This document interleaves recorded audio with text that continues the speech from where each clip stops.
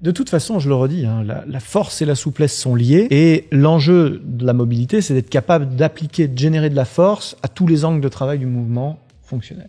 Ça me plaît. On peut arriver à développer la souplesse par autre chose que de l'étirement passif bête et méchant. Voilà. Parce qu'en fait, aujourd'hui, la réalité, c'est qu'en EPS, on apprend à jouer au sport co, on apprend les règles de vie en groupe, on apprend plein de choses. Mais on n'apprend pas à s'étirer. On n'apprend pas à respirer. On n'apprend pas à bouger. On n'apprend pas à se protéger. On n'apprend pas à s'échauffer. C'est ahurissant ce que je suis en train de dire. Enfin, j'imagine que tout le monde se dit, mais oui, c'est ahurissant qu'on n'apprenne pas tout ça en EPS. Ça n'est pas au programme. Tu me crois si je te dis que j'étais garde du corps de Jean-Claude Van Damme? Tu me crois ça si je te dis ça? Bah maintenant que je sais quel niveau tu as en jiu-jitsu, je te dis oui. Ah, j'ai eu cette vie-là, mais bon, ce sera bien. Ah si, vas-y, raconte. Et salut, c'est Major Mouvement. Si avant de tourner cet épisode, j'avais su que j'allais prendre une telle leçon de biomécanique, de sport, d'étirement, de bien-être, très probablement que j'y aurais pas cru. Aurélien, aujourd'hui, est hyper généreux en conseils sur, évidemment, comment s'étirer, comment la mobilité peut changer notre rapport à notre corps, nous sentir bien dans notre corps, nous sentir bien dans notre tête, avec, vous allez le voir, des exemples concrets de ce que vous pouvez faire au quotidien, au cours de vos entraînements, pour pouvoir soit atteindre vos objectifs, soit juste vous sentir bien. C'était hyper riche. Il a répondu sans concession à toutes mes questions. Et vraiment, si jamais vous êtes un passionné du sport, cet épisode est un indispensable. C'est de loin l'un de mes épisodes favoris sur ma chaîne et j'aurais aimé que le Greg qui a été diplômé de la kinésithérapie à 14 ans puisse le regarder. Bon visionnage à tous. Et salut, c'est Major Mouvement. Vous vous demandez quand est-ce que vous devez vous étirer, comment s'étirer et surtout, est-ce que les étirements servent à quelque chose? J'ai la chance aujourd'hui de te recevoir, Aurélien, pour parler d'un sujet qui sur le papier a l'air simple, mais on va prendre un tunnel d'informations qui va nous permettre d'y voir plus clair sur les étirements. Donc si jamais vous êtes pro de santé, si jamais vous êtes étudiant, si vous êtes passionné par le corps, la santé, le sport, ce moment est fait pour vous. Salut Aurélien, ça va? Eh ben salut Major. C'est pour la petite anecdote, ce que les gens savent pas, c'est que toi et moi, on sort de la bagarre. On sort de la baston, on sort avant le tunnel de connaissances et d'informations, c'était le tunnel de la baston. Ouais, on a fait un peu de JJB ensemble, c'était cool. C'était cool. Tu m'as traîné dans mes vieux amours, parce que c'est vrai que je suis un peu retraité du JJB. Et tu l'as pas vu venir, ça. Hein. On a une petite anecdote à vous raconter qu'on vous donnera un peu plus tard. On va parler directement dans le vif du sujet. Aurélien, est-ce que tu peux te présenter pour les gens qui ne te connaissent pas? Bien sûr, effectivement, je suis Aurélien Broussal-Derval, je suis coach sportif, préparateur physique, pour être plus précis. J'ai fait l'essentiel de ma carrière dans le sport de haut niveau, avec toujours une volonté de vulgariser, d'échanger. Tu sais que j'ai moi-même mes canaux de communication, et puis le premier étant les livres, puisque j'ai ouvert la première page de mon premier livre quand j'étais tout petit, et je les ai jamais refermés, et depuis j'en ai écrit 11 sur les sciences du sport, sur la préparation physique en général, et plus particulièrement sur le mouvement. Et le plus connu, celui qui a été traduit dans le monde entier, la masterpiece, c'est l'art du mouvement, dans lequel il est évidemment beaucoup question d'étirement au service du mouvement, donc d'étirement utile. Et donc c'est vrai que c'est une question qu'on pose aujourd'hui, mais qui m'est posée très très régulièrement. La raison pour laquelle je t'ai invité, c'est que moi-même, les étirements me laissent parfois un peu perplexe. J'ai vraiment la sensation qu'au fur et à mesure, à la fois de ma carrière en tant que kiné, à la fois en tant que sportif, et plus mon corps vieillit, je change d'avis sur les étirements quasiment tous les 6 mois.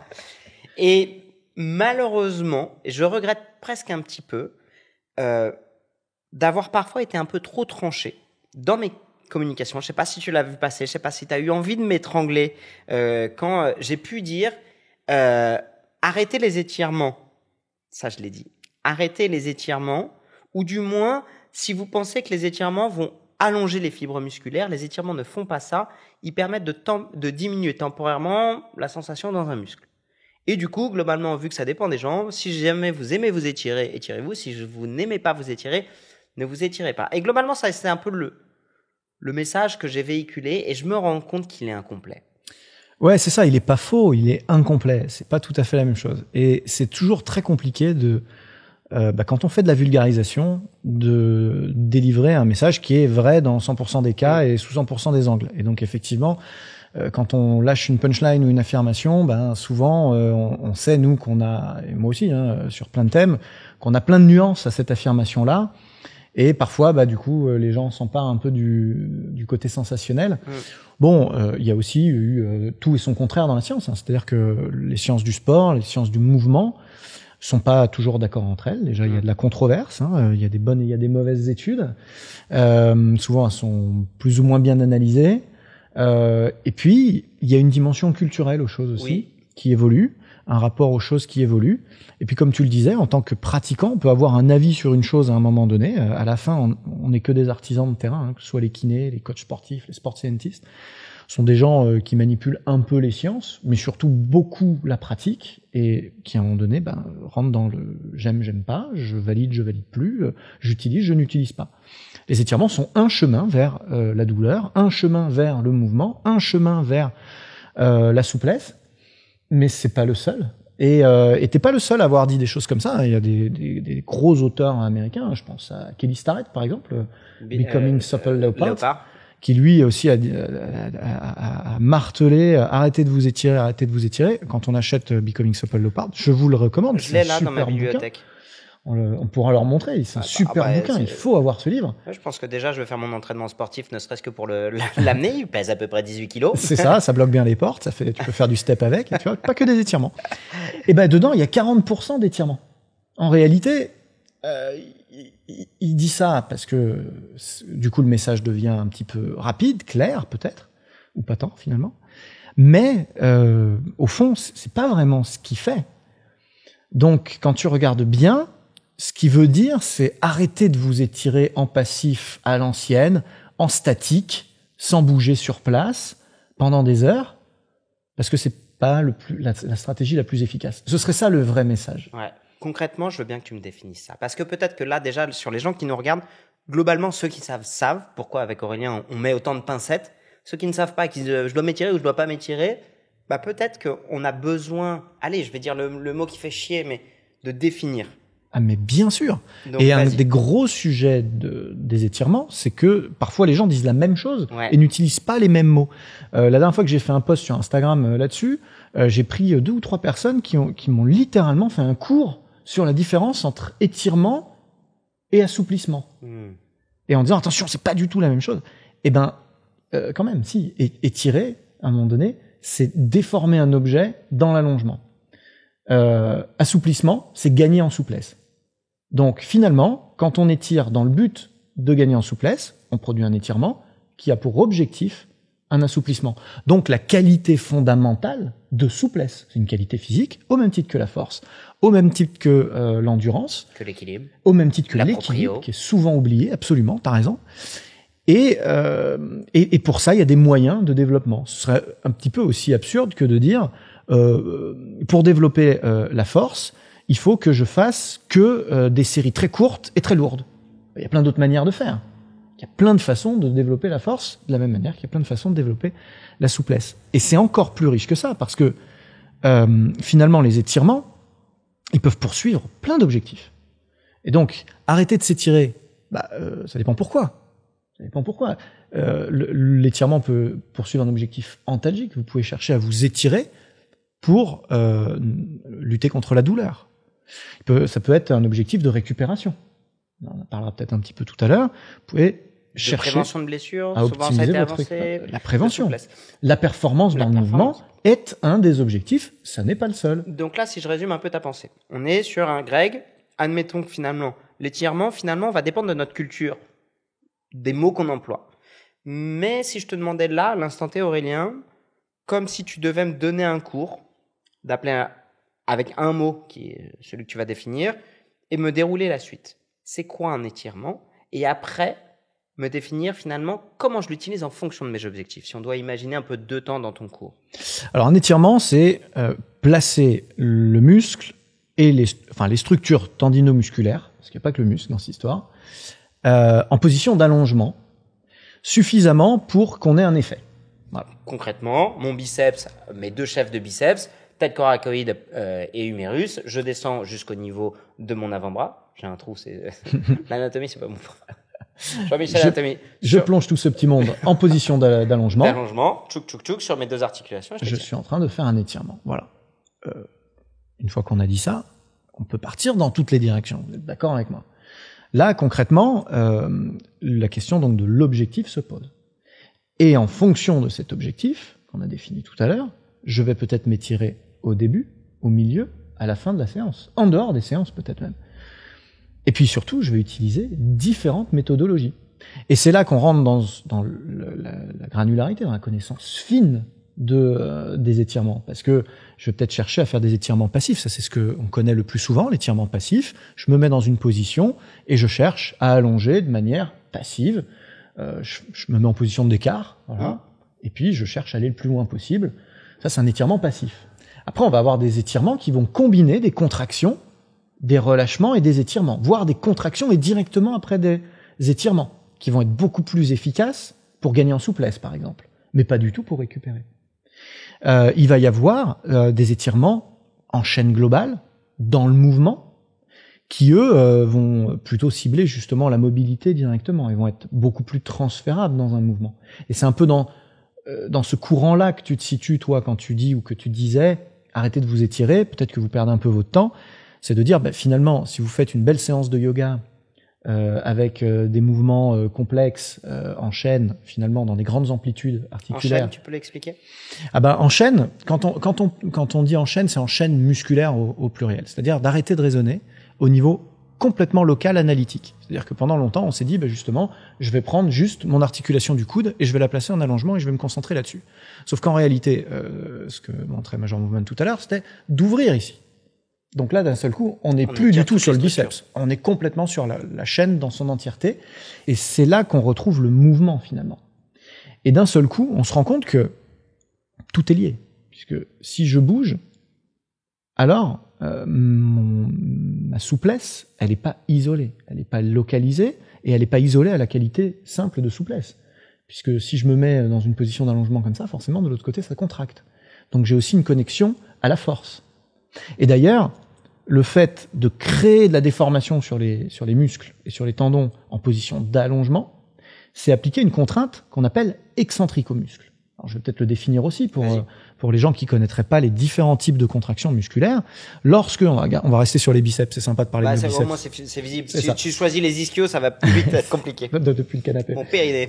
Donc là, ici, je viens raccourcir mon muscle en faisant une contraction. Je fais une contraction concentrique. Si je bouge pas et que mes insertions musculaires ne bougent pas du tout par rapport au centre, je suis en isométrie. Et à l'inverse, lorsque tout ça s'allonge et que les insertions s'écartent par rapport au cœur du muscle lors d'une contraction musculaire. Ça, c'est pas de l'excentrique. C'est de l'excentrique, oui. Quand je dis ça, c'est pas de l'excentrique. Si je suis relâché comme ça, oui. Voilà. Ça, c'est de l'excentrique. Voilà. Du biceps. Exactement. Et du concentrique, du triceps, évidemment. Et donc, en écoutant ça, vous comprenez bien ce qui se passe quand j'ai un haltère court en main et que je fais ça. Mais de la même manière, si je m'étire en passif, quel que soit le muscle que je vise, évidemment, c'est une contraction excentrique également. Et donc, les qualités de force et de souplesse sont interconnectées. Et ça, faut leur rappeler. Ça m'intéresse. Si je résume un petit peu, tu me dis globalement 3 types d'étirements. Je mets des guillemets parce que c'est évidemment plus complexe. Mais 3 types d'étirements. L'étirement passif. Je me mets à distance, je ne bouge pas. Ensuite, tu m'as dit l'étirement activo-passif que nous, on va appeler contracté-relâché. On va faire alterner un temps de contraction et un temps de relâchement. Ou parfois, contraction, pause, relâchement. Et ensuite, de la mobilité. Je vais venir travailler sur un mouvement global en chaîne. Chacun servirait à un objectif différent. Pour schématiser, probablement que dans la tête des gens, ce qui est le plus fréquent utilisé en pleine conscience, je dirais pas forcément en pleine conscience, mais quand les gens veulent le faire, c'est l'étirement passif. On les voit s'étirer avant le sport, on les voit se questionner de savoir s'ils doivent s'étirer après le sport. Beaucoup de gens pensent que l'étirement passif, ça, c'est les étirements. Ensuite, le contracté relâché, très peu de gens le font. Nous, on va l'utiliser en tant que kiné, pour le coup, parce qu'on a un gain d'amplitude assez rapide. On va être vraiment inspiré, contracté, relâché. Presque systématiquement. Protocole assez court en général. Voilà, exactement, ça va vite. On va être. Alors, il est décrit de différentes manières. Vous pourrez voir plein de vidéos. Je le fais moi là où je préfère, c'est sur les carrés des lombes, notamment. Tu nous mettras ici une vidéo sur le carré des lombes. Avec le temps, ce que je trouve assez intéressant, c'est que, je fais une petite aparté, mais en tant que kiné, quand je comprends qu'une des origines de la douleur de mon patient a une origine musculaire ou une restriction d'amplitude. Ce que j'explique aussi dans mon bouquin, c'est que la restriction d'amplitude, elle peut être d'origine musculaire, elle peut être rarement d'origine musculaire pure et dure, elle va souvent être associée à de l'articulaire, plus ou moins un peu de la sensibilité neuro. Bref, On agit sur tout ça à la fois. On n'a pas d'intérêt, nous, d'isoler une origine de la douleur et que globalement, s'il est amélioré par du mouvement, on va lui redonner du mouvement. Ce qui est intéressant, c'est que je trouve que certains muscles répondent mieux au contracté-relâché, tandis que certains d'autres vont mieux répondre à l'étirement passif, là où d'autres vont mieux répondre à du trigger, là où d'autres vont mieux répondre à des solutions un peu type comme Jones, des rapprochements des points d'insertion. Et ça peut même varier d'un individu à l'autre. Et ça peut même varier tout à fait d'un individu à l'autre. Et même au sein même d'un individu, en fonction de sa douleur ou de son moment, il va pas y répondre de la même manière. Et ça, c'est hyper intéressant. Donc, c'est une niche du sujet sur les contractés relâchés. Mais contractés relâchés, plutôt à l'utilisation des kinés, tu m'expliqueras si jamais vous les utilisez vous en tant que préparateur physique. Et ensuite, la mobilité. Et là, pour le coup, dans la mobilité, à mon sens, tu me dis si on n'a pas le même champ lexical, on va quasiment mettre plein de choses variées dans la mobilité. On va mettre des sports entiers qui sont consacrés à la mobilité, comme le yoga, le pilates. On pourrait mettre quasiment tous les échauffements. On pourrait mettre les travails de gamme athlétique dans la mobilité. Ou pour moi, la mobilité, c'est finalement essayer de réapprendre un geste dans toutes ses amplitudes de mouvement. Et c'est pour ça que je voulais t'inviter. Là où mes connaissances se limitent, c'est quand je vais essayer de l'aborder de manière quasiment en tant que screening, typiquement sur un FRC, pour l'intégrer à mon bilan en tant que kiné. Donc FRC, c'est des tests de terrain du mouvement, comme FMS, on aurait pu parler. Exactement, de SFMA FMS. Pour les. Si t'en as d'autres à popper, vas-y. Hein. Ouais, TPI, Test Performance Institute. Bon, tout ça, vous pouvez regarder sur Internet assez facilement. Mais on en parlera parce que je trouve que c'est assez intéressant. Je serais curieux d'avoir ton avis là-dessus. Donc la mobilité, on peut la retrouver sous tout un tas de formes. Et là où, à un moment donné, au début de mes réseaux sociaux, j'ai pu dire « Ok, go, faites de la mobilité, c'est génial », c'est un sujet sur lequel je suis aussi un peu revenu parce que je me suis rendu compte que si certaines personnes avaient besoin de mobilité, il y a d'autres personnes qui ont plutôt besoin de renforcement spécifique pour ramener de la stabilité. Eh bien, c'est pour ça que c'est important de définir la mobilité. Tu as bien raison. Et c'est vrai que souvent, et c'est un peu induit dans ce que tu dis, on envisage la mobilité par le prisme des étirements et de la souplesse. Et la raison, elle est simple. C'est que la plupart des gens qu'on a entre les mains en tant que kiné ou en tant que coach, ils sont raides. Si on fait c'est jamais bon de faire des généralités. Mais comme on en fait, eh ben, du coup, on se dit mobilité, souplesse. Et je pense que la plupart des gens qui nous écoutent pensent comme ça. Or, être capable de se mettre accroupi, être capable de faire une rotation sur soi-même, de rouler sur le dos et de se relever, tout ça ce sont des exemples criants de mobilité, et des gens qui manquent de mobilité ne sont pas capables de faire ça. Sauf que ça fait pas appel qu'à de la souplesse. Bien sûr que ça fait appel à de la souplesse dans l'immense majorité des cas. Chez nous. Au Japon, c'est pas le cas. En Russie, c'est pas le cas. Parce que ce sont des populations qu'on étire régulièrement et de manière très variée, qui pratiquent des sports beaucoup moins rigidifiants et beaucoup plus axés sur la mobilité. Et du coup, ils sont moins exposés à ces raideurs résiduelles qu'on a, nous, chez les patients et chez les clients et chez les athlètes. Et donc, il faut rappeler que la mobilité, c'est 4 piliers. Le premier pilier, c'est la souplesse. Et le deuxième, c'est la force. Ce que tu me disais tout à l'heure. Je vais donner un premier exemple très simple. Lorsque vous vous mettez accroupi, si vous avez du mal à rester accroupi et que vous tombez sur les fesses, par exemple, c'est très très dur de dire si c'est parce que votre solaire, enfin, vos structures de mollets sont raides, ou si c'est parce que le tibial antérieur, l'avant de votre tibia, est faible. C'est très très dur de le dire. Il va falloir le tester. Par exemple, avec des tests comme tu décrivais. Il va falloir diagnostiquer si oui ou non il faut se renforcer ou il faut s'étirer. Peut-être il faut les deux. Mais en tout cas, on voit bien qu'il y a 2 piliers. Là. Il y a un troisième pilier, c'est le contrôle moteur.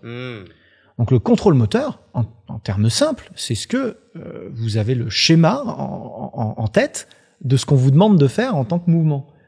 De manière très concrète sur mon exemple là, c'est ce que vous savez vous mettre accroupi. Et ça doit rester une hypothèse. Il y a des gens qui ne savent plus se mettre accroupi. On n'a plus de chiottes turques. Il n'y a plus de raison d'attendre quoi que ce soit en position accroupie. On est assis toute la journée. Au mieux, on est debout en extension complète de hanche. Donc en fait, cette position accroupie, elle disparaît vers 3 ans. Elle ne revient plus pour la plupart des gens qui font pas du jiu-jitsu brésilien, qui font pas de la danse, qui font pas du yoga. Tous ces gens-là, peu à peu, ils oublient cette position-là. Donc ce troisième pilier, il est hyper important. Et c'est pour ça qu'il y a des coachs ou des kinés qui passent pour des magiciens, parce qu'en réalité, c'était pas vraiment un problème de souplesse ou de force. Il suffisait juste de leur réapprendre à se mettre accroupi. Et puis, il y a un dernier pilier, tu le citais tout à l'heure en introduction, c'est l'équilibre. C'est la qualité fondamentale, l'équilibre, sous-jacent les qualités proprioceptives, donc être capable de prendre de l'information sur son corps, qu'il soit ou non en déplacement, avec, mais surtout sans contrôle visuel. Et ben, il y a des gens qui perdent ça, et notamment avec le vieillissement. On n'a pas besoin simplement d'être désentraîné, on peut simplement aussi vieillir. On sait qu'à partir de 50 ans, il faut stimuler, entretenir ces qualités proprioceptives, sinon on régresse dans le mouvement. Et donc la mobilité, ben, c'est tout ça. Et donc en termes simples, la mobilité, c'est juste mieux bouger. Et ça repose sur ces 4 fondamentaux. Pour certaines personnes qui sont très souples, mais très faibles, ben, y a pas besoin de s'étirer. C'est souvent une question que j'ai en DM à laquelle j'ai du mal à répondre parce que j'ai pas de réponse rapide à donner. En dessous de 50 pages. En dessous de 50 pages, typiquement des personnes qui souffrent de syndrome des lèvres dans l'os ou des gens hyper mobiles à qui je montre un étirement du piriforme, ils m'envoient en DM « Salut Grégoire, moi quand je fais le même étirement que toi, je suis hyper lax, ça ne tire pas, qu'est-ce que je dois faire ?» Et moi, ma première réponse un peu brute de décoffrage, c'est « Ne t'étire pas, oui. Renforce-toi !» Oui, tu as besoin de t'activer. Exactement, mais en fait, ils sont, tu sais, et c'est aussi pour ça que je voulais qu'on fasse cette vidéo ensemble, c'est que quand le seul outil dont tu disposes, c'est un marteau, tous les problèmes autour de toi te sembleront être des clous. Si tu es persuadé que ta douleur est liée à un défaut d'étirement, tu voudras t'étirer coûte que coûte. Si tu es persuadé que ton problème est lié à un défaut de mobilité et que tu n'as envisagé la mobilité que le seul pilier qui est le manque de souplesse, tu vas vouloir travailler ta souplesse. Alors qu'en fait, comme tu le dis, certains défauts de mobilité peuvent être liés à un défaut de contrôle moteur, à un défaut de force en course interne de certains groupes musculaires. Et c'est là où FMS ou FRC sont intéressants. Avant que tu enchaînes, il y a un truc qu'on n'a pas soulevé, c'est quand on étire une structure, quand on étire une articulation du coude, quelle structure on étire et quel effet ça a sur lui d'un point de vue neuro, bio, quasi histologique, ou biologique, ou physiologique, tu mets le mot que tu veux. En fait, ce qu'il faut comprendre, c'est que dans tous les cas, on tire, pour faire simple, sur les structures musculo-tendineuses, donc sur les muscles et sur leurs insertions. Et en fait, le souci, c'est qu'on n'a pas tout à fait le même effet en fonction du moment où on s'étire. Et donc, le pour ou contre les étirements... Du moment de la journée. Du moment de la journée, du moment de la séance. D'accord. Et donc de ton niveau d'éveil global. Ok, excuse-moi si je t'ai coupé. Non, il n'y a pas de problème, parce que c'est vraiment important que tout le monde comprenne bien que, en fonction de l'instant que l'on va choisir pour s'étirer, eh bien, on va pouvoir poursuivre différents objectifs. Et donc, typiquement, les responsables de raideur neuromusculaire sont souvent au niveau tendineux, sont souvent au niveau des insertions, proche des insertions. Et c'est ça qu'on essaye de viser quand on cherche à s'étirer. Et donc, c'est la raison pour laquelle, si on s'étire au beau milieu d'une séance de cardio-training à haute intensité type CrossFit, par exemple, eh ben, on se sent plus souple que à l'accoutumée. Et évidemment que si vous étirez à ce moment-là, c'est moins efficace. Parce qu'en fait, votre muscle et votre tendon, ce sont des élastiques. Et ces élastiques, eh ben, vous avez déjà tiré sur un élastique, toute la phase élastique, si on lâche, ça revient à la position initiale. En revanche, quand on rentre dans la phase plastique, de déformation durable, alors là, j'ai tiré beaucoup plus fort sur mon élastique. En fonction de la résistance de l'élastique, soit il se déforme et il devient beaucoup plus lâche, beaucoup plus mou, avec beaucoup plus d'amplitude, soit il casse. Et ben, c'est pareil avec un muscle. L'idée, c'est d'aller dans la phase plastique, aux portes de la phase plastique, pour lui redonner de la longueur. C'est ça l'objectif d'un étirement. Et c'est la raison pour laquelle la plupart des étirements, finalement, plafonnent très très vite, parce qu'on les fait au mauvais moment et à la mauvaise intensité. Sur ça, est-ce que je peux nuancer tes propos, ou nous, ce qu'on a appris en tant que kiné, c'est que... Alors, je vais citer la vidéo de PhysioTutors sur les étirements où ils expliquent why stretching is a waste of time. Où ils expliquent que en deçà d'une contrainte mécanique, ce que tu viens chercher, venir chercher la plasticité, la structure principale qu'on étire, c'est l'information neuromusculaire. Bah oui. T'es OK là-dessus? Ah, bien sûr. Ah, cool.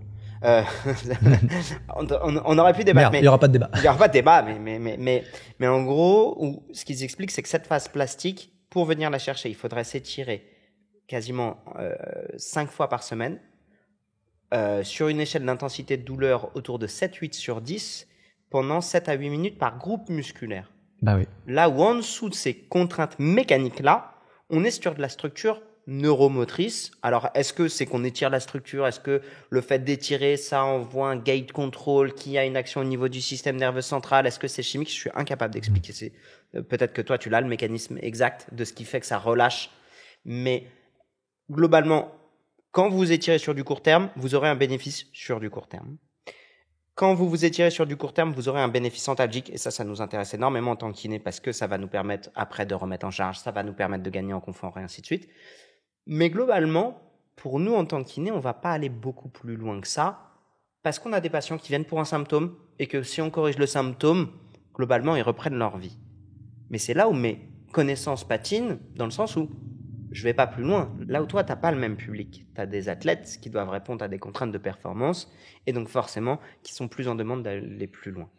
Oui, alors bon, j'ai aussi le public sport santé, hein, puisque tu sais que même si j'interviens un peu moi-même sur le terrain, j'ai quand même mon centre avec ma méthodologie à Paris, qui s'appelle Fit Station. Les liens sont en description. Et dedans, on reçoit des athlètes de haut niveau, mais aussi du sport santé et du sport loisir. Et puis, dans mon école de coach aussi, on essaye de développer ces approches efficaces de la mobilité et notamment du pilier de la souplesse. Et effectivement, un des soucis, c'est que pour atteindre cette efficacité, il faut s'entraîner souvent, régulièrement et intensément sur des techniques passives. Et c'est la raison pour laquelle il faut prendre des raccourcis. C'est la raison pour laquelle il faut trouver des chemins qui vont nous permettre d'atteindre ces phases plastiques plus vite, différemment. Mais il faut aussi rappeler un truc important, hein, c'est quand même que l'immense majorité des gens qu'on croise dans nos métiers, ils sont très raides. Donc, en fait, ce constat du il faut s'entraîner 5 fois tous les jours, etc., pour les premiers pas, c'est pas vrai.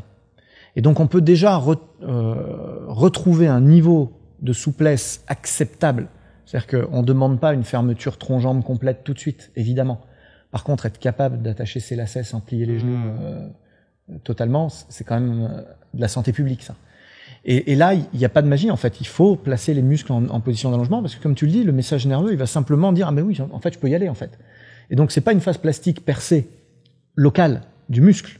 J'ai pas déformé le muscle. Seulement, dans la phase neuro, déjà, il y avait tout un tas de blocages qui étaient simplement liés à de l'oubli, à de la déprogrammation. Et simplement le fait d'y aller et de mettre en place des situations pour y aller, on en a plein. Des fois, simplement de se gratter un peu le pied ou de faire un petit peu de balle de massage. Se pencher en avant pour porter un truc. Voilà, ça va nous permettre d'aller chercher ça. J'aime beaucoup ce mot déprogrammation. J'aime beaucoup ce mot. De l'oubli, oui. De la déprogrammation neuromusculaire, oui. En fait, c'est OK, Michel, tu peux te pencher en avant. Ben, tu peux y aller. Tu peux y aller, en fait. Et que oui. Et ce serait bien d'ailleurs. Et t'aurais tout intérêt à le faire, en fait, parce que au-delà de ça, ce serait quasiment un autre débat pour un épisode 2. Dites-le nous si vous voulez un épisode 2. Mais faut-il être capable de se pencher en avant pour être en bonne santé? Ça, je n'ai pas forcément la réponse.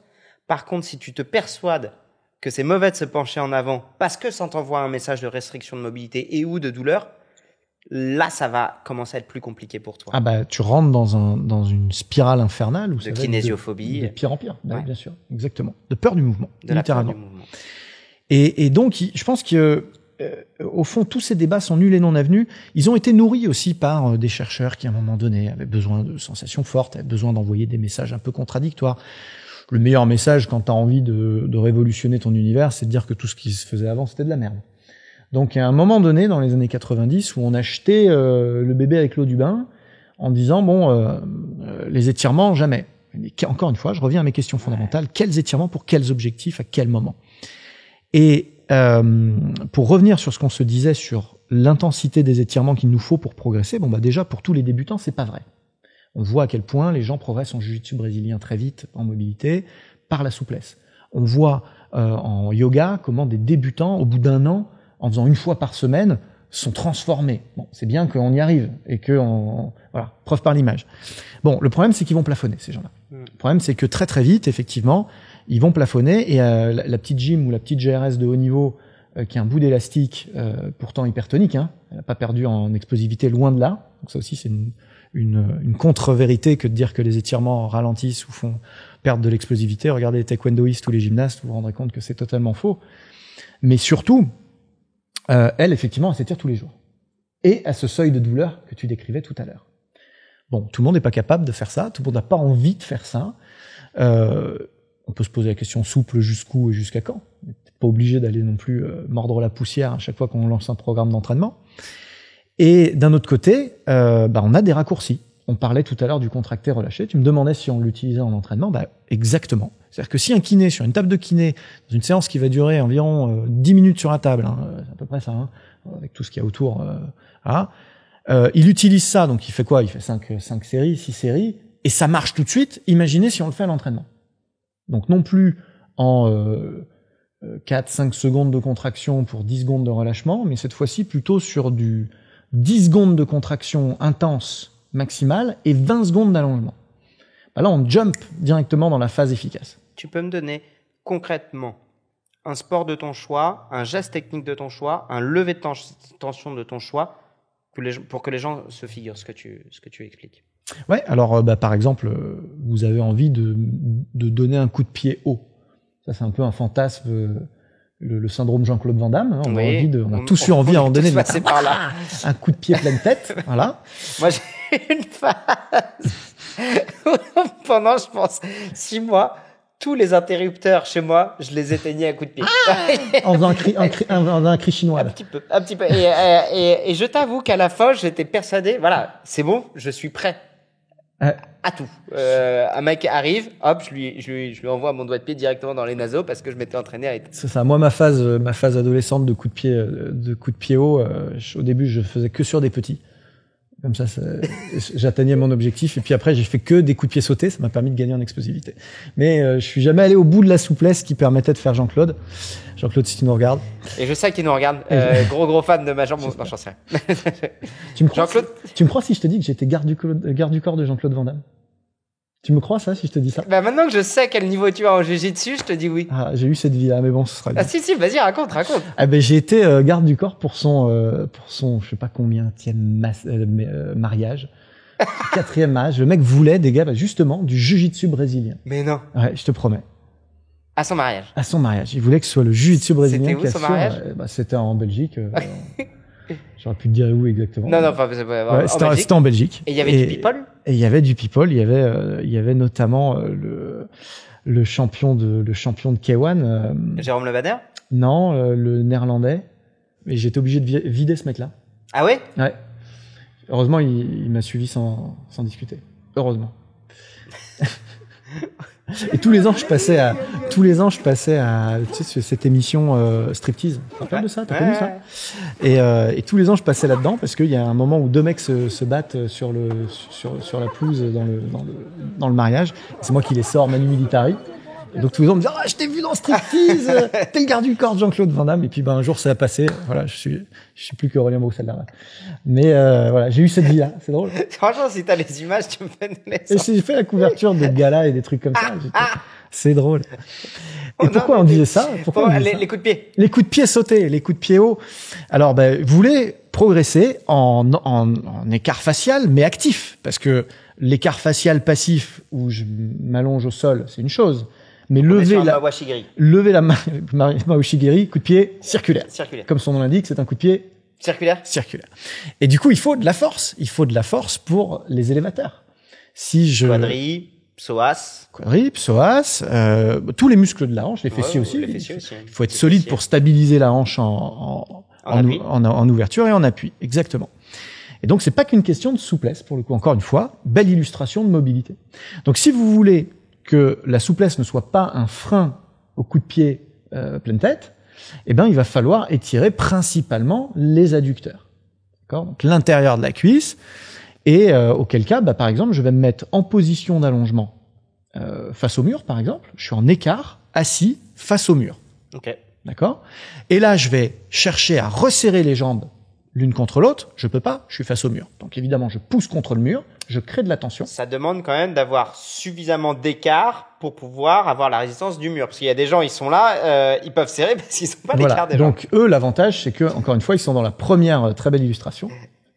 Eux, ils sont dans la première phase où de toute façon, ils se mettent simplement en position d'allongement, ils s'asseyent contre le mur. En avant, ça va étirer les adducteurs. De toute façon, voilà, ils vont se brosser les dents, ça va étirer les adducteurs. Donc, il n'y a pas de problème pour eux. Ils vont progresser quoi qu'ils fassent, qu'ils bougent, tout simplement. Dès lors qu'ils écartent suffisamment les jambes pour faire, et le mime revient, dès lors qu'ils écartent suffisamment les jambes pour faire ça, alors on serre pendant 10 secondes contre le mur et on relâche en cherchant à gagner en amplitude et à rapprocher le bassin du mur. Et je fais ça 4 à 5 fois, 10 secondes de contraction intense, intense. On transpire. Relâchement, 20 secondes, où là j'expire, je me relâche le plus possible. Je pense à quelque chose de doux et de sucré, du flan par exemple. Mais personne mange du flan. C'est vrai, c'est dégueulasse. C'est dégueulasse. Texture, t'as l'impression qu'on t'a vomi dans la bouche. Et on se relâche au maximum. Voilà. Bon, ça va marcher très très bien. Et là où je rejoins Kelly Starrett, qui propose ce genre d'exercice, typiquement dans son livre, donc vous conviendrez avec moi que ce sont des étirements, lui, il va mettre une grosse phase d'automassage avant. Et là, encore une fois, on a un espèce de raccourci parce que ce qu'on veut, c'est que les muscles, ils se défendent le moins possible. Quand vous tirez dessus, ils sont pas d'accord. Ils sont pas d'accord parce que vous n'allez jamais là. Donc, dans un premier temps, ils vont se contracter et résister. Et donc, si vous prenez le temps de vous automasser, par exemple avec un rouleau de massage, avec une grosse balle à l'intérieur des cuisses, éventuellement un rouleau, surtout sur les zones les plus douloureuses, les plus résistantes, les plus denses. Souvent, c'est au niveau des insertions, soit à proximité de la hanche. Tu vas chercher le tubercule intérieur. Exactement, au niveau du tubercule. Bon, là, vous prémassez et ensuite vous faites votre exercice d'étirement. Voilà. Ce qui est important, excuse-moi, je finis sur ce protocole parce que tu m'as demandé un protocole et du coup, on va leur donner jusqu'au bout, c'est que tout ça soit au service du mouvement. Ça doit servir une fonction, un objectif. Ouais. Et on avait dit, c'est le coup de pied à la tête.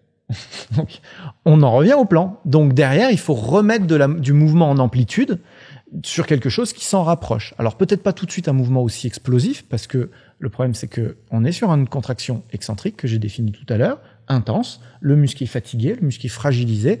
C'est le moment où si je fais un mouvement dynamique un peu explosif et que j'essaye d'éteindre la lumière avec le pied, peut-être je me fais mal.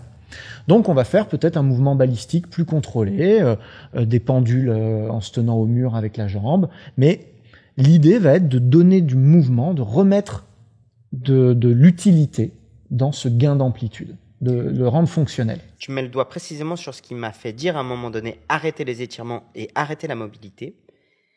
C'est parce qu'en fait, pendant longtemps, j'ai pu donner exactement les mêmes conseils. Automassage, étirement. Mais quand les études nous ont montré, en fait, les gars, vous ne jouez pas sur les structures que vous pensez.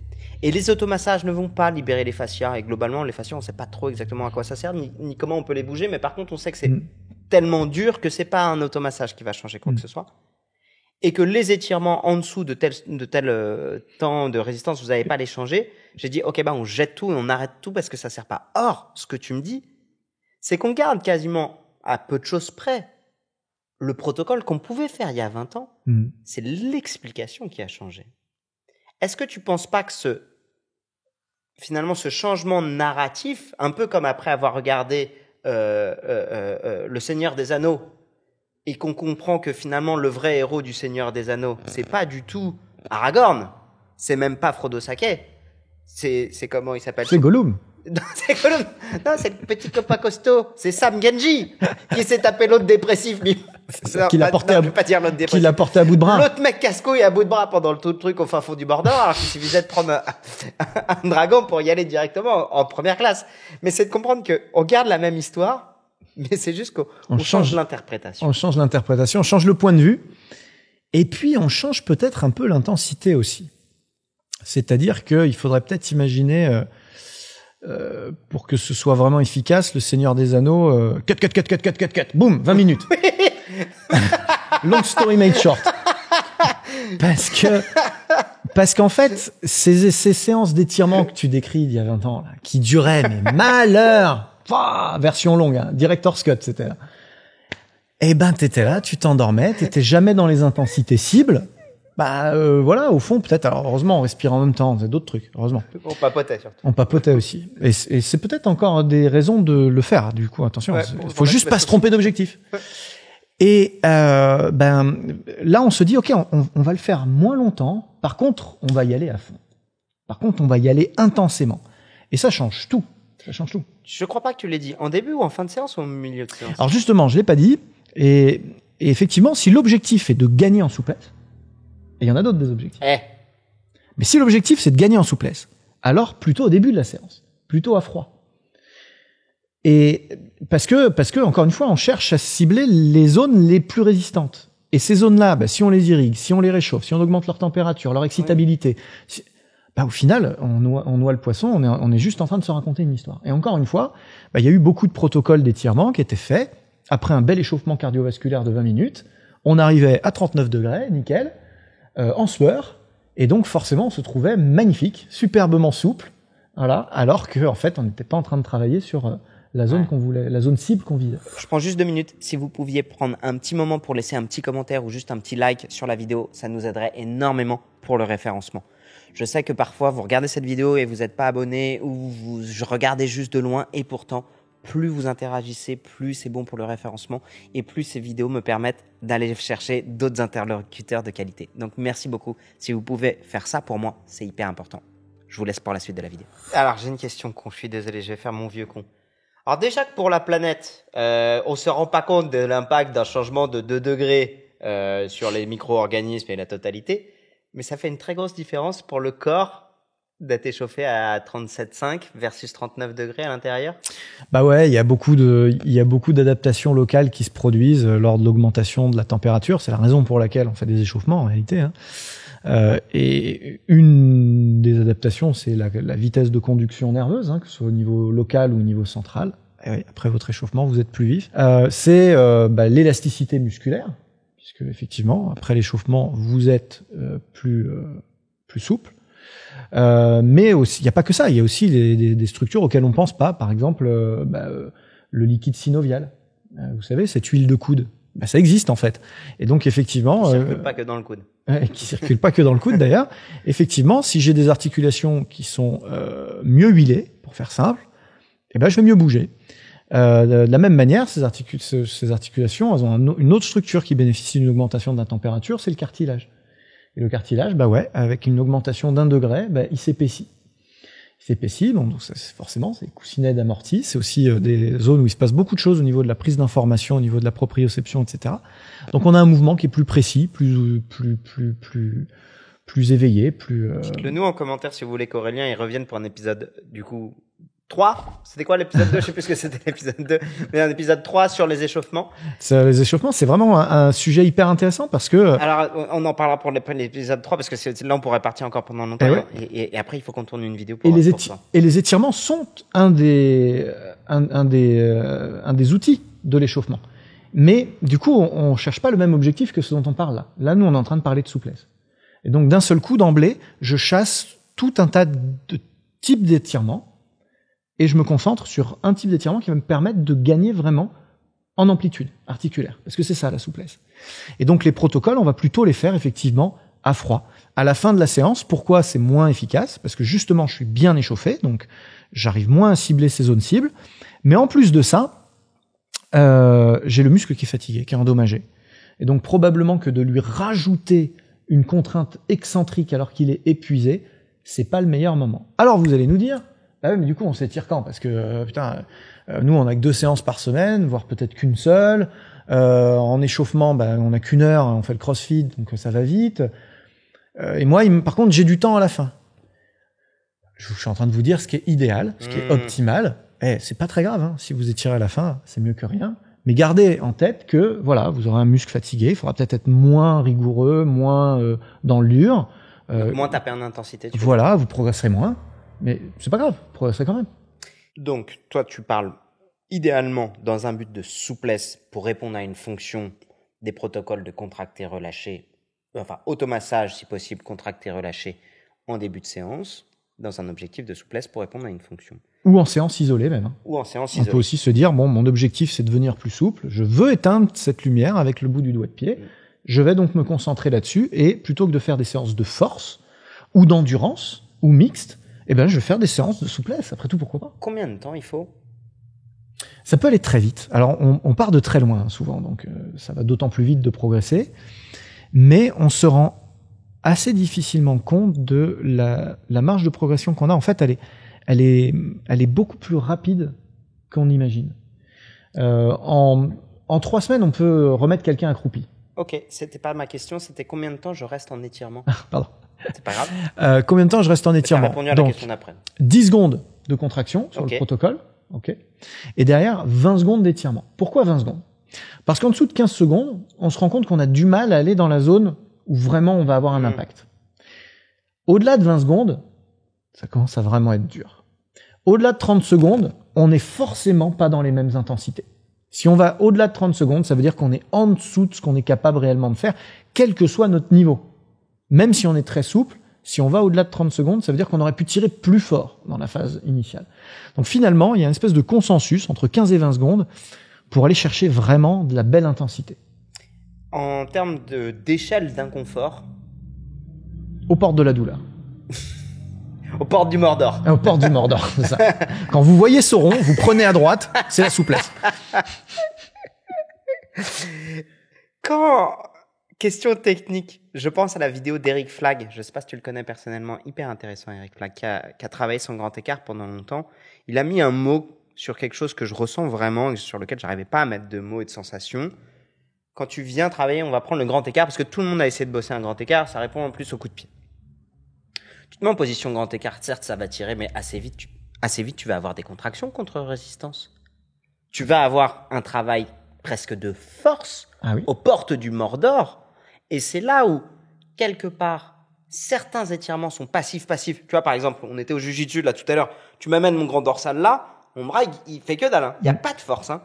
Par contre, tu m'amènes dans une position, je sais pas si je saurais de la trouver avec le bras. Ici? Ouais. Pour une activation bloquée, là. Là, tu génères de la force. Ouais. Non, de toute façon, je le redis, hein, la force et la souplesse sont liées. Et l'enjeu de la mobilité, c'est d'être capable d'appliquer, de générer de la force à tous les angles de travail du mouvement fonctionnel. Ça me plaît. Et donc, fatalement, les gens qui sont souples sont aussi souvent très forts. Et les gens qui sont forts sont aussi souvent très souples. Quelqu'un qui fait du squat complet très lourd, c'est quelqu'un qui est très très souple au niveau du bassin. Et du coup, j'en viens au deuxième point que je voulais lever sur le grand écart, c'est qu'on a résumé la souplesse à la capacité des gens à faire un grand écart ou pas. Encore une fois, syndrome Jean-Claude Van Damme. Jean-Claude, si tu nous regardes. Franchement... Ne dis pas que Jean-Claude a fait plus de mal que de bien. Non. On a besoin d'un Jean-Claude. Non, Jean-Claude. Pas du tout ce qu'on dit. Mais c'est limité de raisonner comme ça. Ce serait comme dire, les forts, c'est ceux qui sont forts en développé couché. Et il y en a qui le pensent. Hein. Et il y en a qui le pensent. Mais c'est un raccourci absurde. Évidemment que les jujitsuka ne sont pas très bons en grand écart. Parce qu'ils font pas de coups de pied sautés versus les taekwondoïstes. En revanche, ils ont une souplesse du rachis cervical hors du commun. Ils passent leur temps à enrouler les fesses en l'air. Ça, c'est probablement aussi parce qu'ils ont pris des entorses cervicales à répétition quand ils étaient ceintures qui sont plutôt instables au niveau cervical. Mais à l'inverse, si vous demandez à un taekwondoïste qui lui fait le grand écart facial en soirée sans aucun problème, même à 4 grammes d'alcool, et ben lui, si vous lui faites une roulade arrière sur sa nuque, probablement qu'il sera moins souple d'un seul coup. Donc et de manière définitive. Donc rappelez-vous que la souplesse, c'est pas que le grand écart, et que effectivement, les gens qui font de la force, les haltérophiles, les crossfitters, les force athlétistes, tous ces gens-là, ben dans leur mouvement de prédilection, ils sont ultra souples. Et ils ont jamais fait d'étirement. Donc, quelque part, ils donnent raison au Major Movement d'il y a quelques années. Parce que on peut arriver à développer la souplesse par autre chose que de l'étirement passif, bête et méchant. Voilà. Parce que finalement, c'est là où je voulais t'amener. Tu m'as dit tout à l'heure un truc sur lequel je suis pas tout à fait d'accord, mais je pense que c'est parce qu'on voit pas les mêmes personnes. Tu me dis, la plupart du temps, la plupart des gens sont raides. Moi, je dirais pas forcément la plupart du temps des gens sont raides. Je dirais que probablement que la notion de raideur ou de souplesse, elle est engendrée par la génétique, numéro 1. On n'est pas tous égaux devant l'adversité, c'est clair. C'est clair. Numéro 2, par nos habitudes de vie. Et donc, en effet, sur quelqu'un qui naît raide et qui a des habitudes de vie qui vont plutôt, au moins, l'enraidir, au mieux, ne pas le sortir de sa raideur, il va être raide. Moi, j'ai quand même de plus en plus de gens qui sont nés plutôt souples et qui, pour le coup, ne manquent pas de souplesse spontanée. C'est des gens qui vont spontanément toucher les deux mains, qui vont facilement... Oui, il y en a plein, ouais, c'est vrai. Ok. Par contre, ils vont clairement manquer de force dans leurs amplitudes extrêmes, qu'on pourrait peut-être assimiler au contrôle moteur, dans la mesure où, tiens, contrôle moteur, tu peux me le définir éventuellement, parce que parfois les gens confondent contrôle moteur, proprioception. La proprioception aussi, pas mal de croyances, pas mal de mots qui... Je propose de pas rentrer dans la proprioception parce que ça mériterait un épisode 4 à part entière, mais au moins... Mettez-nous en commentaire si vous voulez un si vous épisode voulez 4. l'épisode 4 sur la proprio. Le contrôle moteur, c'est clairement le schéma, c'est le mode d'emploi d'un mouvement. D'accord? Donc c'est la petite fiche qu'on a dans le cerveau sur un mouvement. Donc c'est la capacité à contrôler ce mouvement dans tous les rythmes et dans tous les angles et à toutes les vitesses. Voilà. Cette petite fiche-là, des fois on la perd. Des fois on la perd. Sur de la douleur. À cause de la douleur. Le manque de pratique. Le manque de pratique. Changement corporel. Ou tu le disais tout à l'heure, la peur. La peur. Qui peut être lié d'ailleurs à ces deux premiers facteurs. Et puis l'oubli. Tout simplement, on oublie de se mettre dans des positions comme ça, et du coup, on finit par oublier qu'on est capable de le faire. Et puis, d'ailleurs, des gens nourrissent l'oubli. C'est-à-dire que pendant longtemps, on a même raconté, certains kinés racontaient même de pas se mettre en flexion de buste pour de systématiquement fléchir les genoux, etc. Puis après, on a dit, non, faut pas faire de squat complet. Enfin, on a préconisé presque de tuer le mouvement à un moment donné, quoi. Tu sais, le fameux, t'as mal quand tu fais ça, surtout le fais pas. Arrête de le faire, comme ça c'est réglé. Ouais, super. T'as mal au bras, coupe-le. Okay. Je fais une parenthèse pour les kinés et les thérapeutes manuels qui me suivent. Moi, un contrôle moteur que j'ai souvent perdu puis récupéré, c'est la mobilisation articulaire. Moi, en tant que kiné, qui manipule des articulations, et de me dire, putain, je mets mes leviers sup, je mets mes leviers inf pour envoyer un petit thrust au niveau des lombaires. Et j'ai eu des périodes de ma carrière où je les perdais. Et en fait, j'ai compris aujourd'hui avec le recul que j'avais des patients qui étaient plus compliqués à manipuler, soit parce qu'ils n'arrivaient pas à se relâcher, soit au contraire, ils étaient trop mobiles, ainsi de suite.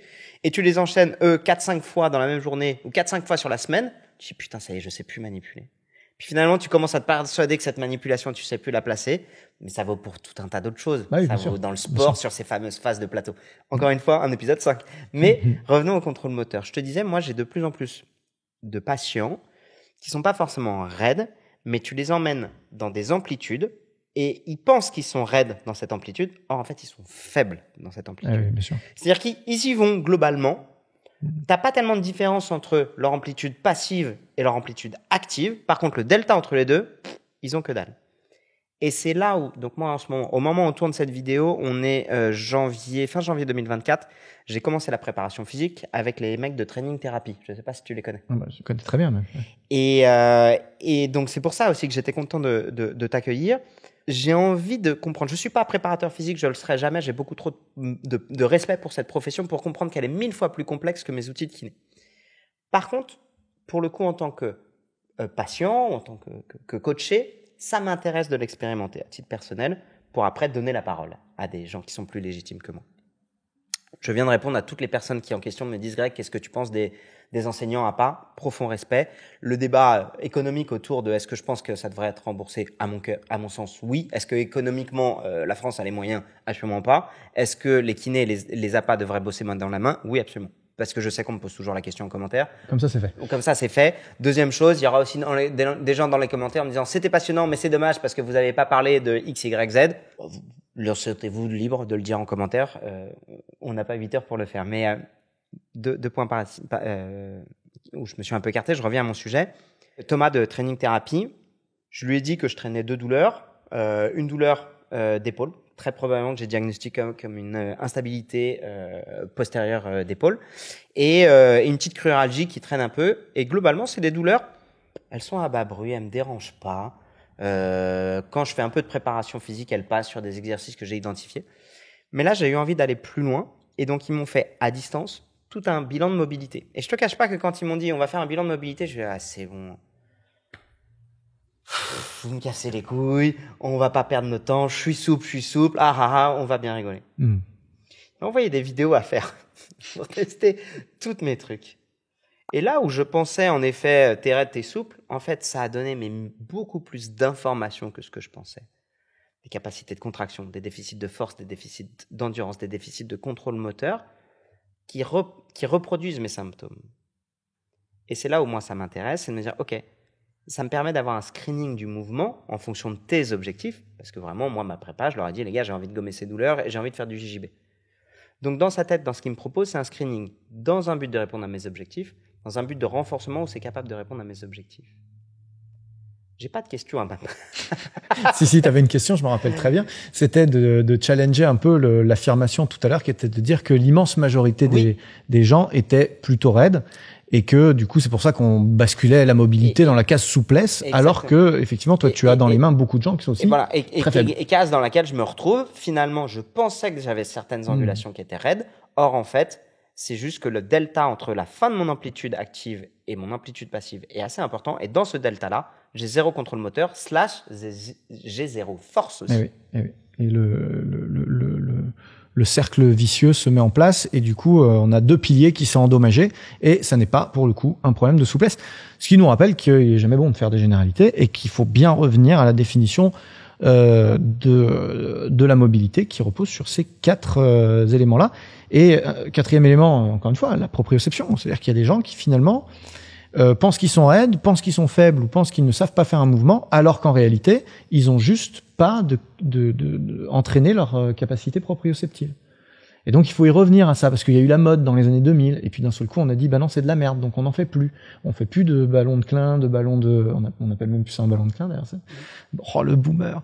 Non, de ballons plats, on fait plus tout ça. Or, c'est hyper important, et c'est des choses sur lesquelles on progresse très très vite. En quelques semaines, on a des résultats. Donc, la mobilité, c'est tout ça. Et puis, tu le disais, héritage culturel aussi, les populations évoluent. Donc, ce qu'on dit et ce qu'on constate à un moment donné n'est pas ce qu'on constatait il y a 10 ans, il y a 20 ans, il y a 30 ans. Nos enfants, ils sont plongés dans des choses qui nous dépassent. Ils vont faire du sport dans des associations sportives, ils sont en proie à des paradigmes. Ils vont faire du sport à l'école, ils sont en proie à des paradigmes. Il y a 20 ans, on faisait dans les sports EPS, c'était beaucoup tennis de table, volleyball et badminton pour moi. Bon, bah ça ancre une génération dans un profil. C'est-à-dire que c'est des gens qui ont un coup d'œil, c'est des gens qui sont vifs sur les appuis, qui prennent de l'information dans l'espace. C'est pas des gens très proprioceptifs parce qu'ils sont dans des chaussures fermées, sur terrain rigide, petit terrain. C'est pas des gens très cardio parce que petit terrain. Et puis c'est pas des gens très mobiles parce que un peu de dissociation bassin-épaule, mais pas plus que ça. Pas très cardio le badminton? Ouais, mais badminton. Toi, c'était badminton et MMA. C'est-à-dire que si on se rapprochait autour de toi, tu les alignais direct. On mettait le filet autour. Non, mais badminton EPS, hein, entendons-nous. Donc, tu prenais. Excuse-moi, je suis en train de t'imaginer à 17 ans. Bon, badminton, tu es avec Aurélien. Bah, pourquoi il ferme le filet autour de moi? Bon, allez, montante descendante, les gars. Tu vas déposer ta raquette, elle va finir dans ton cul. Ok. Excuse-moi. Remontons un petit peu le fil. Quand j'allais faire du sport, ma grand-mère, paix à son âme, elle est morte à 96 ans. Il y a 7 ou 8 ans maintenant, donc voilà, c'était encore une autre époque. Quand je lui disais tiens, je vais faire du sport, tu sais ce qu'elle me faisait? Elle me disait hey, chut. La mienne aussi. Elle me faisait de la gymnastique suédoise. Ouais. Et là, elle m'a montré un jour les photos de l'EPS de son époque, où elle est en tenue blanche, tu sais, en sous-vêtements blancs. Et ils faisaient tous la même chose ensemble, la gymnastique suédoise de l'époque. Bon, bah là, forcément, ça fait des gens qui sont probablement moins vifs en termes de prise de décision, d'analyse de l'espace, etc. Par contre, ça fait des gens plus mobiles. Et donc, cette génération-là, ma grand-mère, je me rappelle qu'elle était très souple, en l'occurrence, et capable de tout faire dans la motricité classique humaine. J'aime bien ça. T'as fini ou pas? J'allais parler aussi de libertisme. Tu sais, t'as eu la période où... le libertinage. Alors ça, c'est plus tard. Ça, c'est après le collège, quand même. Mais sur cette période-là où Hébert, c'est un contemporain de Coubertin. Donc, il y a eu 2 courants. Un courant sportif, le fort et le plaisir d'effort et de ceux qui veulent le devenir. Et puis, il y a en face, être fort pour être utile. Tu vois. Et ça, c'est devenu le PS pendant un moment. Bon, bah, c'est des gens qui faisaient de l'animal flow, en fait. Ils faisaient des courses de lapins, des courses de gorilles, ils faisaient de la gymnastique, du grimpé de corde, déplacer des troncs, se porter les uns les autres. Bah, ça fait des gens forts, mobiles, souples, tu vois. Et par contre, pareil, qui jouent pas forcément très sport-co, qui sont pas dans le coup d'œil, Et donc, cette culture d'entraînement dont on hérite aujourd'hui, elle a des forces, elle a des faiblesses. Et en tout cas, ce qu'on constate, c'est que c'est des gens qui sont un peu restreints dans le mouvement global. C'est hyper intéressant. Tu as un peu répondu à ma question. Dans un monde idéal, on bougerait plus, on est d'accord. Quel paradigme tu souhaiterais qu'on instaure à l'école ou que les profs de PS, les coachs aient en tête? Moi, j'aimerais bien qu'on Dans un revienne monde idéal. Hein. Dans un monde idéal, je suis ministre de l'Éducation et je fais ce que je veux, j'ai carte blanche. Et ministre des Sports, tiens, les deux. Oui, tant qu'à faire, autant les recouper. Moi, j'aimerais bien que l'éducation physique et sportive reprenne simplement son titre. On reprend le titre et on se dit, en fait, on va éduquer les gens au physique et au sport. Et donc, on va leur donner le mode d'emploi du corps humain. Parce qu'en fait, aujourd'hui, la réalité, c'est qu'en EPS, on apprend à jouer au sport co, on apprend les règles de vie en groupe, on apprend plein de choses. C'est important de le rappeler. Mais on n'apprend pas à s'étirer. On n'apprend pas à respirer. On n'apprend pas à bouger. On n'apprend pas à se protéger. On n'apprend pas à s'échauffer. Et c'est ahurissant ce que je suis en train de dire. Enfin, j'imagine que tout le monde se dit, mais oui, c'est ahurissant qu'on n'apprenne pas tout ça en EPS. Ça n'est pas au programme. Alors qu'on va avoir des cours d'éducation civique, on va apprendre la physique, on va apprendre les bases des maths à un moment donné, on va faire une addition. Pythagore. Ah, Pythagore. Les homomorphismes involutifs des corps. Bon. Non. J'avais envie de la placer. Si vous avez la ref, vous le mettez en commentaire, mais vous n'êtes pas être nombreux. Bon, on apprend à un moment donné un certain nombre de choses qui vont nous permettre derrière d'être autonomes face à des tâches de la vie de tous les jours. Je fais une petite parenthèse si jamais il y a des profs qui nous regardent. On est bien d'accord. En tout cas, moi, je prends la partie, tu me diras. On n'incrimine pas les profs. Clairement, c'est beaucoup plus le système. De la même manière que je n'incrimine jamais les soignants, c'est le système qui ne permet pas aux soignants de faire du bon job. Je n'incrimine jamais les profs parce qu'ils ne sont pas dans un système qui leur permet de faire du bon job. Ils font ce qu'ils peuvent avec ce qu'ils ont. Et puis, encore une fois, il y a plein d'autres belles choses qui sont transmises. Oui. Et à un moment donné, choisir, c'est renoncer. Donc, on ne pourra pas faire en 2 heures de PS la culture du sport, et l'histoire du sport, et le mode d'emploi du corps humain, et à des ados. À des ados qui n'ont pas envie d'être là, sur des générations compliquées. Enfin, évidemment. Mais si on m'a demandé si je devais choisir dans un monde idéal, je préférerais abandonner les règles du badminton et du rugby. Je préférerais abandonner même l'endurance. Un des piliers dans l'esprit de tout le monde, c'est que les enfants doivent avoir un capital aérobie important. Je pense qu'il vaut mieux bien bouger, bien savoir comment se protéger, bien respirer avant toute chose. Quand tu dis savoir se protéger, savoir se protéger en mettant en place des bons échauffements, savoir pourquoi on va s'étirer à quel moment, savoir comment récupérer mieux. Du sport, mais de la vie en général. Enfin, le sport, c'est 400 calories par jour. Enfin, on s'est bastonné toute la matinée, on a brûlé quoi? Rien du tout comparé à ce qu'on consomme dans la journée. Donc, éduquer vraiment les gens à mieux récupérer, ça, c'est des clés pour qu'ils aillent mieux quand même. Tu vois, tout de suite, là, maintenant. Et donc, pour moi, l'éducation physique et sportive, ou l'éducation physique par le sport, c'est pas l'éducation physique pour le sport. Pourtant, je viens du haut niveau. Hein. Mais je pense qu'on a pris le problème par le mauvais bout de la raison. C'est un peu égaré. Il faudrait peut-être juste régler 2-3 trucs. Comme les mathématiques. Hein. C'est-à-dire qu'ils auraient mieux fait de nous enseigner la comptabilité que la géométrie. Peut-être partir de certaines choses un peu plus concrètes. Ouais, c'est possible. On avait promis une anecdote. Je vais te la donner, l'anecdote. Donc là, on est à Toulouse. On est chez moi. Et on s'était donné rendez-vous pour le tournage. Et je dis à Aurel, moi, je vais m'entraîner entre midi et 2. Et Aurel me dit, je serais chaud pour venir avec toi. Et moi, j'ai quand même pas mal de gens dans mon entourage qui veulent tester le jiu-jitsu. Ça a été le cas d'Antoine Fonbonne, ça a été le cas de pas mal de mes potes. Et du coup, je dis à Aurel, ok, pas de souci. Bon, il s'avère que je suis en retard. Aurel arrive avant et je ne savais pas. J'avais oublié que tu faisais du jiu-jitsu brésilien. Je savais que tu faisais du judo. Et donc, quand j'arrive en retard, ils sont en train de s'échauffer et je ne vois pas Aurélien. Je me dis, putain, merde. Si jamais aussi mon invité est en retard, moi je suis en retard, faut que j'explique à Erwan, donc notre prof du jour. Ok, je vais me débrouiller.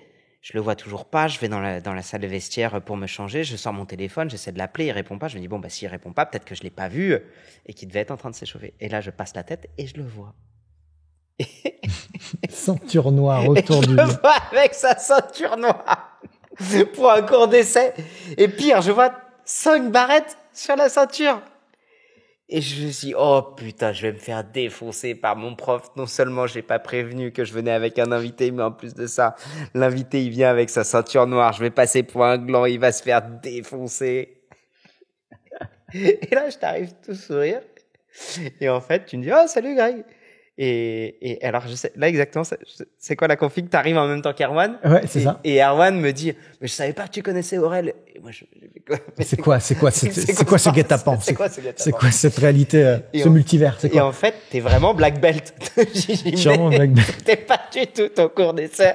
Non seulement je sais pas mon cours d'essai, mais en plus, effectivement, je suis un des pionniers. Alors, peu de gens le savent dans les gens qui me suivent, parce qu'aujourd'hui, ils me suivent pour la préparation physique et je parle très peu du jiu-jitsu et je suis très retraité. C'était mon entraînement annuel pour tout te dire. Et ma ceinture, c'était pas tout à fait la mienne quand même. C'était pas tout à fait la mienne parce que effectivement, quand tu m'as dit t'as beaucoup de barrettes, j'ai regardé ma ceinture et effectivement, j'avais 2 barrettes de trop. J'ai pris la ceinture de mon père. Et donc ton père et c'est lui qui a amené le jiu-jitsu brésilien. Ouais, Christian Derval. Ouais. Et j'ai pas 5 barrettes. Hein. Je suis 3e degré. Mais ce qui est déjà suffisant pour effectivement. C'est impressionnant. Et je me suis senti con. J'ai eu honte. J'ai eu, en fait, doublement honte. C'était, en plus de ça. Donc, moi, les 2 profs dans ma salle, c'est Erwan et Laurence, qui sont mariés femmes. Et Laurence, tu la connais depuis très, très, très longtemps. Je connais des années, qui était en équipe de France avec moi, qui en a fait le tour du monde et les 400 coups. Et que j'aurais aimé voir et elle était pas là, donc je reviendrai. À Toulouse pour les épisodes 3, 4, 5, 6, la masterclass d'Aurélien. Et surtout, tu connaissais Erwan aussi, et je me suis retrouvé comme un gland. Mais alors, si vous connaissez pas le jiu-jitsu, il y a, comme dans tous les arts martiaux, une étiquette et une notion de respect par rapport au supérieur. Et donc moi, j'ai vraiment eu un ascenseur émotionnel de je vais passer pour un gland parce que le mec que je ramène, c'est une truffe qui se prend pour un autre, alors qu'en fait c'était moi la truffe qui pensait que j'allais lui expliquer le jiu-jitsu. Alors que... Et encore, t'as pas eu le salut où j'ai été me mettre devant du coup, oui. parce que non seulement j'ai le ceinture, mais j'étais en plus le plus gradé du cours. Plus gradé même que Kerwan, je pense. Non je suis un énorme gland. Et alors, je vais finir cette anecdote parce qu'en fait, il y a eu un prequel. Quand moi, je me suis mis au jiu-jitsu brésilien, j'avais pas de notion des arts martiaux. Je suis arrivé pour un premier cours avec ma tenue de rugby, comme n'importe quel ancien rugbyman qui vient au grappling. Donc tes crampons, tes chaussettes. Le short de rugby, le machin et tout. Et quand j'ai bien accroché, je suis allé m'acheter mon kim. Et au moment où on te demande quelle ceinture vous êtes. Et vraiment, je te jure, dans le doute, je dis, franchement, la ceinture noire, elle est stylée. La noire, tu vois, de la même manière, je faisais ton slip, quoi. Et je me suis dit, peut-être dans le doute, je vais la prendre blanche parce qu'à mon avis, ça commence blanche. Et je me suis dit, imagine, j'arrive devant Laurence pour la première fois, ceinture noire. Elle est belle, hein, ma ceinture. Mais attachée comme ça. D'ailleurs, je sais pas, moi, parfois, quand j'ai du mal à dormir, je regarde des vidéos sur YouTube que j'adore. Tu sais, c'est les arts martiaux, les fakes, où ils sont défoncés. Les bullshido et tout ça. Ouais, ou même parfois des mecs qui sont jamais ceinture noire de jujitsu où ils donnent des cours et t'as un vrai black belt qui arrive et qui le démonte. C'est mon petit sel. Ton petit plaisir sadique. Petit plaisir. On revient au podcast. On en était où, Aurel? Donc, toi, dans le meilleur des mondes? Donc dans le meilleur des mondes, voilà, une éducation physique où on donne vraiment les clés de l'éducation au corps et à peut-être revoir un tout petit peu les priorités en fait. Typiquement, une priorité dont on parle jamais et qui est liée au mouvement, c'est la respiration. Oui. C'est assez spectaculaire, on n'en parle pas, alors que c'est prioritaire à tout le reste. Et d'ailleurs, si les gens savaient respirer réellement, ils prendraient un tout petit peu plus contrôle de leurs émotions, de leur stress, et d'un seul coup, une séance d'étirement ou de mobilité en général prendrait un tournant complètement différent. Mais c'est un prérequis en fait. C'est-à-dire qu'on peut pas revenir là-dessus. Il faudrait que ce soit enseigné très tôt aux gens. Tu pourrais m'expliquer, alors j'ai déjà fait un épisode là-dessus, est-ce que tu peux m'expliquer, selon toi, les mécanismes lors de la respiration, quand tu me dis c'est si important de savoir respirer, notamment sur les étirements? En fait, on a, il y a plein, on pourrait effectivement en parler longtemps, mais pour faire très simple, et si on devait retenir une ou deux choses, c'est, on a deux systèmes. On a un système d'activation et puis un système de relâchement. C'est comme une cocotte minute, hein. Je monte la température, boum, ça boue, ça monte, ça monte en pression, je diminue la température, ça redescend, ça se calme. Et ça, on arrive à le contrôler avec un système de respiration, avec différentes techniques de respiration, avec différents types d'apnées. Par exemple, les apnées poumons pleins. plutôt la vertu de stimuler le système sympathique, celui qui active, celui qui fait monter la température. Celui qui fait monter la température, alors que les apnées poumons vides, après des respirations lentes, permettent plutôt, à l'inverse, de redescendre toute la tension. Typiquement, vous avez un petit coup de mou au boulot, syndrome postprandial après manger, trop de pâtes le midi, vous êtes en réunion, vous avez besoin de vous réveiller, vous faites 5 respirations complètes, vous bloquez inspiration plein, poumon plein pendant 3-4 cycles, vous allez voir que vous revenez ici et maintenant. Bah, c'est magique en fait. C'est chimique. Et ouais, c'est ça. C'est hyper puissant. Et à l'inverse, vous avez le stress qui monte un petit peu trop haut, respirez doucement, reprenez le contrôle de la respiration, bloquez poumon vide, et vous allez voir que d'un seul coup, ça se calme. Donc voilà, ces 2 systèmes dont on peut prendre le contrôle par la respiration et qui sont pour moi de l'ordre du prérequis presque sanitaire en fait. C'est au même niveau que, c'est même plus important, hein, mais ça devrait être dans le package avec brosse-toi les dents, lave-toi tous les jours, dors le soir, mange sainement. Enfin, apprends à respirer. Apprends à respirer, ça va avec. Aujourd'hui, les étirements passifs, pur et dur. Alors je sais que ça répond à des objectifs, mais à quel objectif il pourrait répondre ? Je prends 5 minutes, je suis devant ma télé et je me fais des étirements. Et ben c'est là où on revient un peu à ce qu'on se disait tout à l'heure. C'est sans doute le truc le moins utile du panel d'étirements qu'on puisse proposer. Ça va servir à quoi ? Ça va servir à des gens qui sont au tout début de l'aventure des étirements. Il faut être ceinture blanche en étirement à un moment donné, puisqu'on part de trop loin. Donc c'est la méthode pour démarrer. C'est juste se mettre en position comme ça, en posture passive, même pas en étirement passif, en posture passive, juste prendre un écart et le garder, même à amplitude modeste, déjà, ça va améliorer la situation au tout début. Très vite, on va plafonner. Donc, très vite, il va falloir changer et abandonner ça. On a beaucoup parlé de ça en récupération aussi. On a fantasmé les étirements comme un outil de récupération. Bon, en termes de physiologie pure à court terme, on est un peu déçu. Plus la science avance, moins on a de preuves que ce qu'on espérait. Tu sais, le retour veineux, les déchets métaboliques, les ponts d'actomyosine qui se défont, tout ça, on est un peu déçu. Bon, sauf que il reste 2 leviers intéressants. C'est quand même quand on s'étire en respirant, en fin de séance ou en fin de journée, ben on a un effet indirect sur le sommeil. Oui. Donc on fait le trou en 2 bandes en fait. C'est-à-dire que du coup, et c'est beaucoup ça les techniques de récupération, c'est d'aider la technique de récupération qui est le sommeil. Donc ça, en soi, ça justifie de garder ça. Et puis on me témoigne souvent de l'aspect cohésion de groupe, c'est-à-dire que après la séance de sport co, après la séance de sport de combat, on se pose, on s'étire, on débriefe, on passe un moment tous ensemble, et finalement, c'est un moment social collectif, mais social individuel aussi, parce que même si on poursuit pas les objectifs qu'on fantasmait pendant un moment de souplesse, de récupération, etc., et ben en réalité, c'est un moment qu'on passe avec soi-même. Et c'est un peu un check, tu vois. J'étire un peu les quadriceps, ça va, ok, check. J'étire les ischios, ça tient un peu, moyen, check. Et puis en fait, on fait un point sur nous-mêmes, on s'écoute un peu, on s'observe, on prend un temps pour nous, et en soi, ça a du sens. Donc, il faut juste pas se tromper d'objectif en réalité. Hyper intéressant. Si on y va juste pour évacuer des déchets métaboliques, tout ça est nul et non avenu. Si par contre, effectivement, c'est un temps qu'on veut garder pour le groupe et pour soi-même, c'est bien. Aujourd'hui, toi, tu utilises quoi, comment et pourquoi ? Pour moi ou pour les athlètes dont j'ai la charge ? Pour moi, j'utilise principalement de l'automassage, du contracté étiré, même pas contracté, relâché, étiré, contracté et étiré directement, et du mouvement complexe. Et je rajoute une 4e phase pour ma pratique personnelle, c'est la mise en charge, pour être certain que la force sera adressée et pour utiliser ce que le poids additionnel va me permettre d'aller chercher. Donc typiquement sur une section triple flexion, donc se mettre de hanche, genou, cheville, se mettre accroupi très concrètement, je vais faire par exemple un travail sur la voûte plantaire d'automassage et sur les mollets. Derrière, je vais faire un étirement contracté, relâché contracté, étiré comme je l'ai décrit tout à l'heure au niveau du mollet. Ensuite, je vais faire un travail dynamique de squat en basculant à droite à gauche, par exemple, en me tenant au TRX.